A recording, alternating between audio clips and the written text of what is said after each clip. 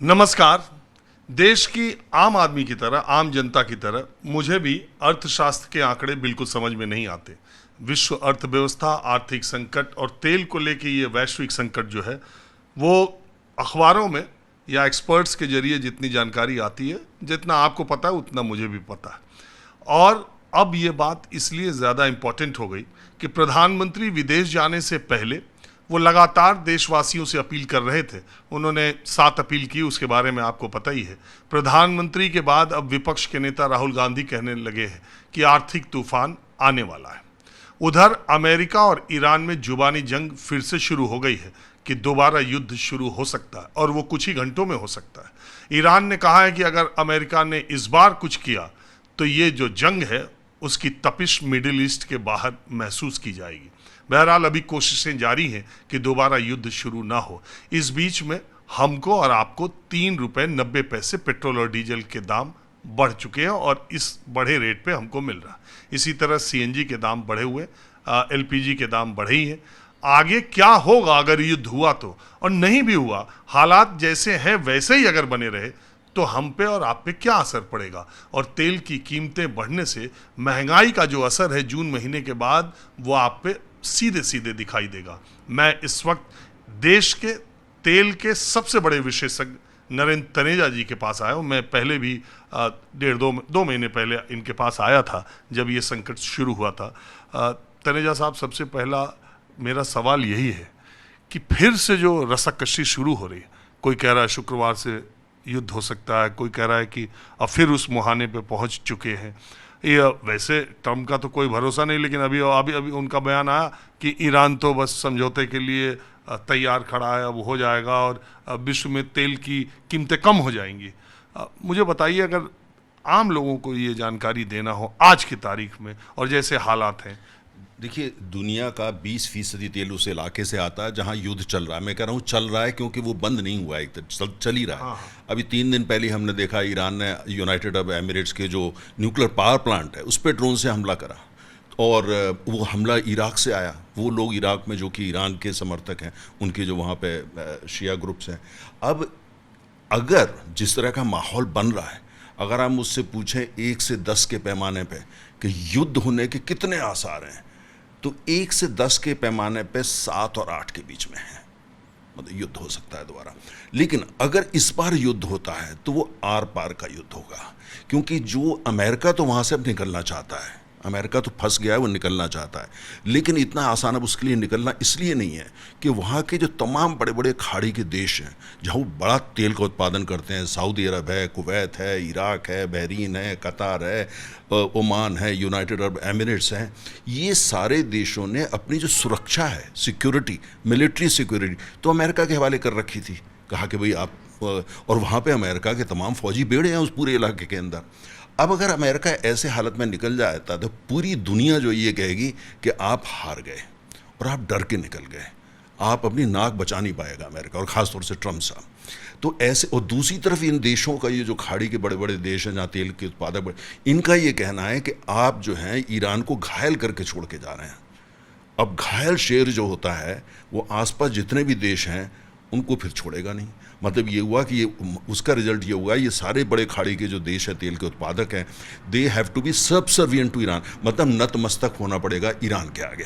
और इसका क्या मतलब हुआ कि उनका जो तेल है, उनका जो गैस है, ईरान तो बड़ा कंट्री है, 9-10 करोड़ की आबादी है, क्षेत्रफल भी बहुत बड़ा है, तो वो भी काफ़ी हद तक उसके प्रभाव में आ जाएगा। क्या अमेरिका ऐसा चाहेगा? दूसरी तरफ जो है, ईरान को ये अच्छी तरीके से पता है ईरान ने क्या किया। उसके पास आणविक हथियार तो है नहीं। उसने जो स्टेट ऑफ हॉर्मुज है, जहाँ से 20% तेल दुनिया का निकलता है, गैस निकलती है, 30% फर्टिलाइजर निकलता है, हीलियम निकलती है, वहाँ से पेट्रोकेमिकल निकलते हैं, उसको एटम बम से भी बड़ा हथियार बना दिया। पूरी दुनिया में हड़कंप हो चुका है आज की तारीख में जो उसने करा है। और उसका कहना है मैं इससे आगे भी करूँगा। जो तेल और गैस के ठिकाने उन देशों के जिनकी सिक्योरिटी अमेरिका के भरोसे, उनका मैं अब इनको नहीं छोड़ूंगा अगर मेरे पे हमला किया। लेकिन अमेरिका महाशक्ति है फौजी रूप से। अगर अब जो अमेरिका हमला करेगा वो पिछले जो हमले हुए थे उससे 100 गुना ज़्यादा भयावह होगा, भयानक होगा। वो मौका नहीं देगा ईरान को कि ईरान जो है बदले में बहुत ज़्यादा कुछ कर पाए। तो अगर ऐसा होता है और वहाँ पे जो है किसी तरीके से पॉलिटिकल इम्प्लोजन हो जाता है या सत्ता परिवर्तन होता है या लोग सड़क पे आते हैं या कंट्री जो है बॉल्कनाइज हो जाता है, टुकड़ों में बढ़ जाता है, क्योंकि ईरान के अंदर भी जो नॉर्थ का इलाका कुर्दिस्तान, कुर्द के लोग हैं वगैरह वगैरह, तो वो फिर एक नई मुसीबत खड़ी हो जाएगी। लेकिन आज की स्थिति ये है कि युद्ध की जो आशंका है, जो डर है, वो काफ़ी बड़ा है, क्योंकि बातचीत दोनों में हुई। अमेरिका का कहना है, ईरान से सीधे आम भाषा में बोले, वो अमेरिका का कहना है आप सरेंडर कर दो, समर्पण कर दो और जैसा मैं कहूँ वैसा करो। और ईरान का ये कहना है, ईरान को ये लग रहा है कि दुनिया की पब्लिक सिंपैथी आज उसके साथ है, क्योंकि उसके नेता को सुप्रीम लीडर को मारा गया, उनकी बेटी को मार दिया गया, 6 साल की उनकी जो ग्रैंड डॉटर थी उसको मार दिया गया। और काफ़ी ये भी बात सच है कि सिंपैथी ईरान के साथ बढ़ी है, इसमें कोई दो राय बढ़ी। तो ईरान को ये लग रहा है कि वो तो विनर हैं, वो तो जीत चुके हैं युद्ध, और अमेरिका जो है वो ज़्यादा अब युद्ध करेगा नहीं।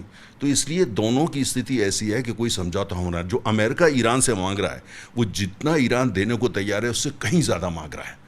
और ईरान जो है वो जितना जो है वो सोच रहा है अमेरिका जो है नहीं हमला करेगा, अमेरिका हमला कर सकता है, क्योंकि अमेरिका ये जो बड़ी ताकतें होती हैं इनकी तो सोच ही फौज से शुरू होती है और मिलिट्री शुरू होती है। और इनके सबसे बड़े, इनके लिए जरा सी बात में नाक का इशू हो जाता है, तुम हो क्या, ये तो यही आए थे ना ईरान के, हम तो 4 दिन में ख़त्म कर देंगे। तो आज की उसका नतीजा ये है कि जो तेल की दुनिया है उसमें बेचैनी है। लेकिन साथ साथ क्या हुआ है, जो बड़ा इंटरेस्टिंग डेवलपमेंट हुआ है पिछले 80 दिन के अंदर, अभी तक क्या था कि 20% दुनिया की तेल के लिए निर्भरता इन इलाके में थी जहां युद्ध चल रहा है।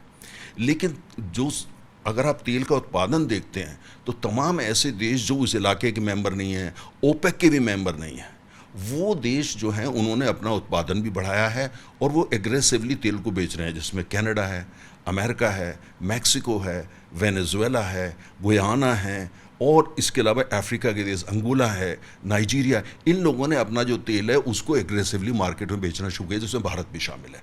आज हम तमाम मात्रा में तमाम उन देशों से तेल ले रहे हैं जो खाड़ी के देश नहीं हैं। तो इसी का नतीजा है हाल, वरना जो हालात राजीव, जो स्टेट ऑफ हॉर्मुज के हालात हैं और जिस हिसाब से वहाँ जो है एक तरह से नाकेबंदी लगी हुई है, तेल की कीमत $160-70 होनी चाहिए थी, लेकिन नहीं हो पाई। उसका कारण यह है जो सप्लाई इंटरप्शन है, मतलब जो सप्लाई जो है वो और देशों से आने लगी। जैसे भारत आज अमेरिका से तेल ज़्यादा ले रहा है, मैक्सिको से ले रहा है, दूर दराज देश नॉर्वे से ले रहा है, ब्राज़ील से ले रहा है, गुयाना से ले रहा है। उन देशों से जब पारंपरिक रूप से ज़्यादा तेल नहीं लेता था, आज भारत ने लेना शुरू कर दिया। चाइना ने क्या करा, जो चाइना ने जो है वहाँ पे जो होल्डिंग कर रखी थी, है ना, उस चाइना ने 1.3 मिलियन बैरल्स तेल की होल्डिंग कर रखी थी, जमाखोरी कर रखी थी। और वो उसमें क्या कर रहा है कि अपनी तो 1 साल के लिए उसने सिक्योर अपने को कर लिया, लेकिन जो बाकी तेल है वो बाजार में बेच भी रहा है, वो खुले बाजार में बेच रहा है, कोई भी आके ले ले। तीसरी तरफ जो है जो रशिया के तेल जिस पर पाबंदी अमेरिका लगाता था, आज इंग्लैंड जिसने इतने दिनों से पाबंदी लगा रखी थी उसने बोल दिया नहीं, अगर रशिया का तेल हो या कहीं का हो ले लो, उसको हम खरीदेंगे। तो सप्लाई साइड में जितनी दिक्कत दिख रही थी, दिक्कत तो है, इसको नकारना ठीक नहीं है, दिक्कत अभी भी भारी है, लेकिन जिसे बोलना चाहिए कि अभी पैनिक बटन दबा दो, वो नहीं हो पाया। यही कारण है कि तेल की कीमत जो है $110 के आसपास घूम रही है, और जबकि ऐसे हालातों के अंदर अगर हम इतिहास को खंगालते हैं तो ये कीमत जो है $160 पर बैरल होनी चाहिए थी।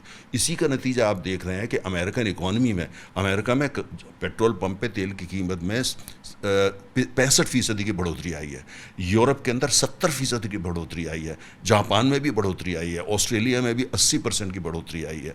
लेकिन भारत के अंदर हमने ये देखा कि सरकार ने काफ़ी लंबे समय तक जो है वो आम उपभोक्ता को बचा करके रखा, चुनाव की वजह से।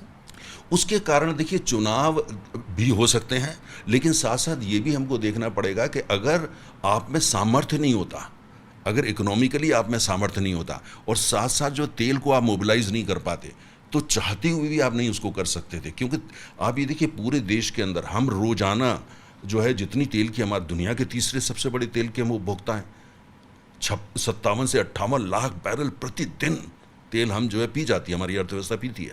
और उसमें कोई इधर उधर से कुछ खबरें ज़रूर आई, लेकिन आम तौर से अगर आप देखते हैं तो तेल की किल्लत कहीं से नहीं हुई। ऐसा नहीं हुआ कि ये आप क्या मानते हैं, वो जो बीच में बात आई थी कि अमेरिका ने कहा कि रशिया से तेल नहीं खरीदेंगे, और चार्ट भी बताता है कि तेल खरीदना कम हुआ था, $12-13 प्रतिदिन से बैरल्स से फिर वो 10 के करीब फरवरी तक आ गया था।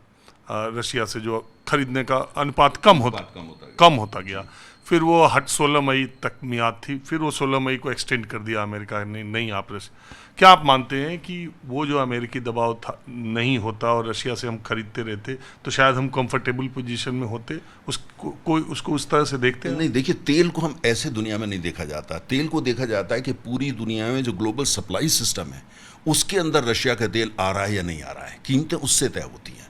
पूरे दुनिया को आप ये मानिए कि जैसे एक पूल हो गया तो उसमें रशिया की सप्लाई तो चलती रही। अमेरिका बयानबाजी करता रहा तेल को लेकर के कि भारत लेगा नहीं लेगा, हमने इजाज़त दी। भारत की तरफ से तो कोई बयान नहीं था, भारत लगातार खरीदता रहा। अब नतीजा क्या हुआ? वो कम हुआ क्योंकि जिस समय ट्रेड डील नेगोशिएट हो रही थी और अमेरिका ने कहा कि आप हमसे $100 बिलियन जो है उसकी ख़रीदारी हर साल को करिए, तो भारत ने सोचा कि ठीक है, तेल अमेरिका से ख़रीद लेते हैं तो 100 बिलियन का जो टारगेट है उसको मीट करना थोड़ा आसान हो जाएगा। तो इसलिए वहाँ पर जिसको बोलते हैं अंग्रेजी में रिकैलिब्रेशन हुआ, उसमें कोई दो राय नहीं है। लेकिन आपको ये नहीं भूलना चाहिए कि रशिया के अंदर, रूस में, तो भारत ने $18 बिलियन का निवेश कर रखा है वहाँ के तेल कुओं में। हमारे हैं वो, रूस की भूमि पे ज़रूर हैं या समंदर में है रूस के, लेकिन वो तो भारत का तेल है। भारत का कैसे $18 बिलियन का निवेश है हमारी कंपनियों का। तो इसलिए जो है वो एक सीमा से आगे, और भारत में जो तेल का सबसे ज़्यादा उत्पादन होता है भारत में, वो बॉम्बे हाई में होता है।